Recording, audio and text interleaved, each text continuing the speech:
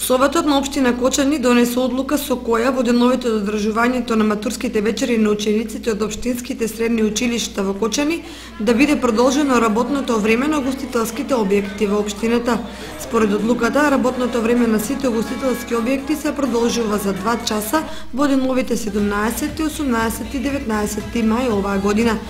За тоа дали се запознаени со оваа одлука за продолженото работно време на угостителските објекти, граѓаните и сопствениците на угостителските објекти ни изјавија.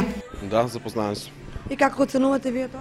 Секако е добар потек, устои викенд поради матурските.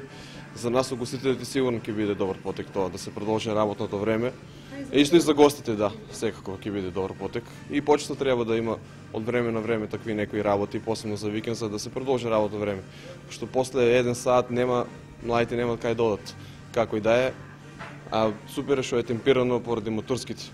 Па моментално не сме запознаени, меѓутоа тоа е добра одлука од страна на општината на градот Кочани. Во секој случај добро за нас и за гостите. Има повеќе раздвиженост.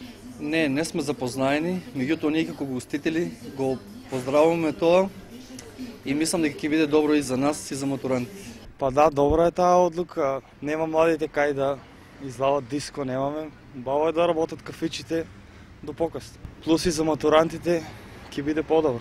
Инаку Советот на општина Кочани ваквата одлука ја донесе на својата редовна 53-та седница одржана минатиот петок во Кочани.